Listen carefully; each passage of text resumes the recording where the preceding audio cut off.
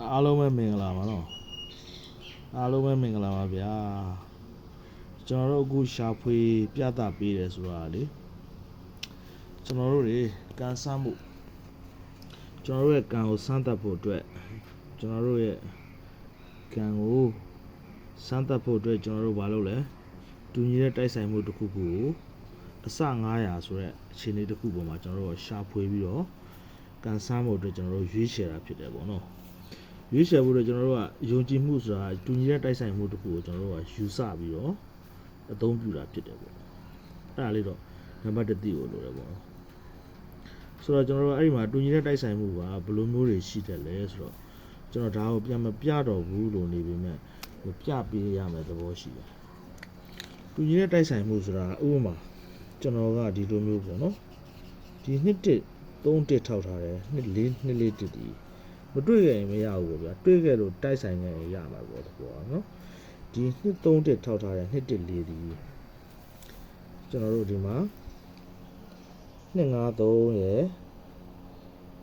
2 5 3ရယ် sorry 2 5 3ဒီ2ဟိုပါလဲ2 1 4ဒီက1 3 1ထောက်ထားတယ်2 1 4ဒီကျွန်တော်တို့ဒီမှာ sorry နော်2 5 3ကတ်ထားတယ်အနားမှာသူကလာပေါက်ထားတယ်ကျန်ခဲ့တဲ့ဘက်ကပေါ့ဆိုတော့ကျွန်တော်တို့ဒါကိုမတွေ့ကြလို့ကျွန်တော်တို့မရဘူးပေါ့ဗျာတဘောဆိုတော့အဲ့ဒီမှာကျွန်တော်တို့ဒီမှာလဲဒီ3 2 1လို့ထောက်ထားတယ်ထောက်ထားဆိုတော့ဒါကိုပြောတာပေါ့ဒါကတော့ကျွန်တော်တို့ယုံကြည်မှုတစ်ခုကိုယူဆပြီးတော့ကျွန်တော်တို့ထိုးရတာဖြစ်တယ်ပေါ့နှစ်3 1တောက်ထားတယ်2 1 4ဆိုတဲ့ကဏ္ဍဒီကျွန်တော်တို့သူ့နဲ့အနှစ်အကျဉ်းအတူတူမှာပဲ2 5 3ရဲ့ဘေးနားမှာပဲအဲ့2 4 1ကိုလာထည့်လိုက်တယ်ပေါ့ဆိုအဲ့လိုပဲဆိုတာ3 2 1အောက်ကထောက်ထားတယ်ဒီခွန်3ညခွန်ရလဲဒီချိန်မှာသူ့3 5 3 2လို့ကပ်ပြီးတော့ဒီ5 3 2ရဲ့ဘေးမှာပဲလာထည့်လိုက်တယ်ပေါ့နော်ဒါကိုတွေ့ကြရင်ကျွန်တော်တို့တွေ့ကြတာ ਨੇ တိုက်ဆိုင်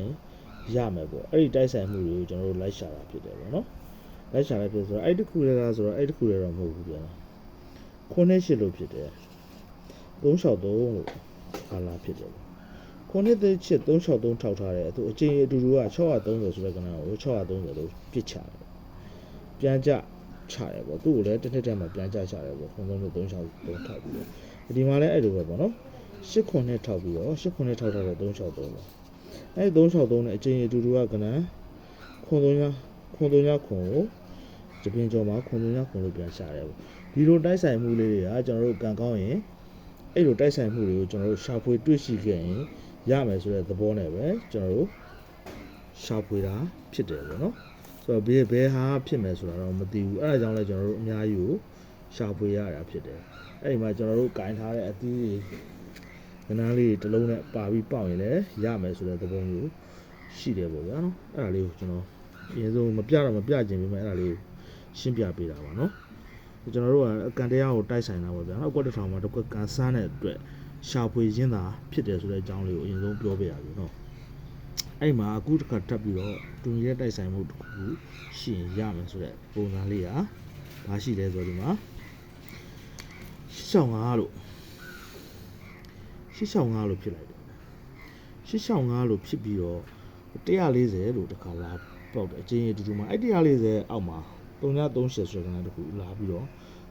တစ်ခုဒီလို865 140 338ဆိုပြီးတော့အတူတူလာရှိတယ်အတူတူလာရှိပြီးတော့သူ့အချင်းအတူတူမှာပဲသူကလာပြီးတော့တိုက်ဆိုင်ဆိုတာ656ဆိုတဲ့ကဏ္ဍလေးတစ်လုံးရှိတယ်တစ်နှစ်3နှစ်မြောက်မှာတစ်ချိန်3ချိန်4ချိန်5ချိန်6ချိန်9ချိန်10ချိန်မြောက်418ဆိုတဲ့ကဏ္ဍလေးတစ်ခုဒါပေါက်လိုက်တယ်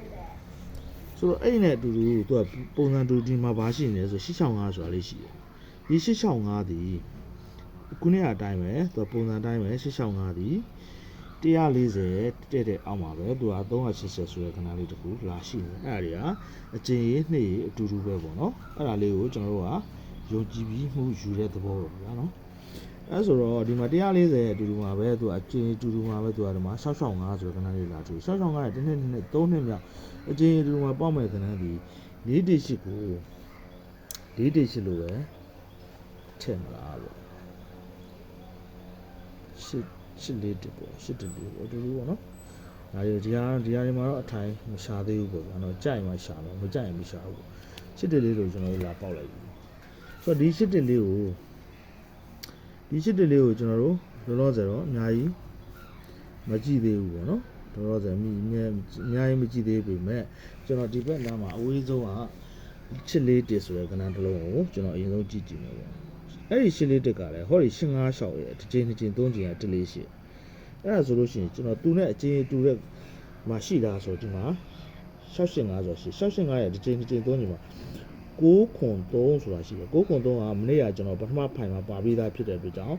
ဒီမှာထပ်ပြီးမရေးတော့ဘူးဆိုတော့အဲ့ဒီနားမှာကျွန်တော်3.9ခွန်ဆိုတော့သူ့ရဲ့နှစ်ချိန်တူတစ်နှစ်နဲ့3နှစ်4နှစ်9နှစ်မှာ3.9ခွန်ဆိုတဲ့ချိန်တူရှိတယ်တစ်ချိန်2ချိန်3ချိန်4ချိန်5ချိန်ရဲ့တစ်ချိန်2ချိန်3ချိန်မှာရှိတယ်ဆိုတော့ဒီ3.9ခွန်ထောက်ထားတဲ့တစ်လေးစစ်ဆိုရင်ကျွန်တော်ဒီမှာဒီ3.9ခွန်ထောက်ထားတဲ့194ဆိုတဲ့ကဏ္ဍတစ်ခုရတယ်ပေါ့194လေးကိုတော့ကျွန်တော်ရေးမယ်ပေါ့နော်9လေးကိုတော့ကျွန်တော်ရေးမယ်ဒါအသစ်ကဏ္ဍဖြစ်တဲ့အတွက်ကျွန်တော်ရေးပေးတာမယ်ရေးပေးပြီးတာနဲ့ကျွန်တော်တို့အဲ့မှာထပ်ပြီးတော့ကျွန်တော်တို့ဒီမှာတစ်ခါ8လေးတစ်ဆိုတဲ့ကဏ္ဍတစ်လုံးလာရှိနေတယ်ဆိုတော့အဲ့ကောင်ဒီကျွန်တော်တို့ဒီ968ရဲ့တစ်ချိန်2ချိန်3ချိန်4ချိန်5ချိန်6ချိန်9ချိန်10ချိန်9ချိန်10ချိန်11ချိန်12ချိန်ရဲ့ဘေးရ8လေးတစ်ဆိုလို့ရှိရင်ကျွန်တော်တို့ဒီဘက်နားက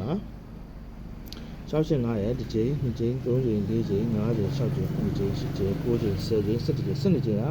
968ဆိုတဲ့ကဏ္ဍတစ်လုံးမှာလာပြီးတော့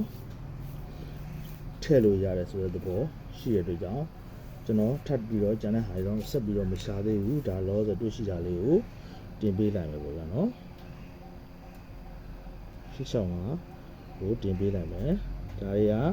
ဒဲမဟုတ်ပါဘူးเนาะကျွန်တော်လာလောဆယ်ရှာဖွေတွေ့ရှိတာတွေဒီကောင်တွေကိုထိုင်နေမရှာရသေးပါဘူးเนาะဒါလေးတွေကိုကြည့်ထားဖို့ရှိကြဖို့အတွက်တင်ပေးလိုက်ပါတယ်เนาะအားလုံးကံကောင်းတိုက်ဆိုင်နိုင်ကြပါလိမ့်ဗျာကံစမ်းမှုအတွက်ရှာဖွေခြင်းသာဖြစ်တယ်เนาะအဲ့ဒါလေးတော့သိပါကျွန်တော်တို့ကကံစမ်းတာပေါ့ဗျာเนาะကံစမ်းမှုအတွက်ရှာဖွေခြင်းသာဖြစ်ပါတယ်ခင်ဗျာဒီတိုက်ဆိုင်ရင်တော့ကံကောင်းတိုက်ဆိုင်ရင်ရမယ်ပေါ့ဗျာเนาะအားလုံးပဲကံကောင်းတိုက်ဆိုင်ကြပါစေเนาะ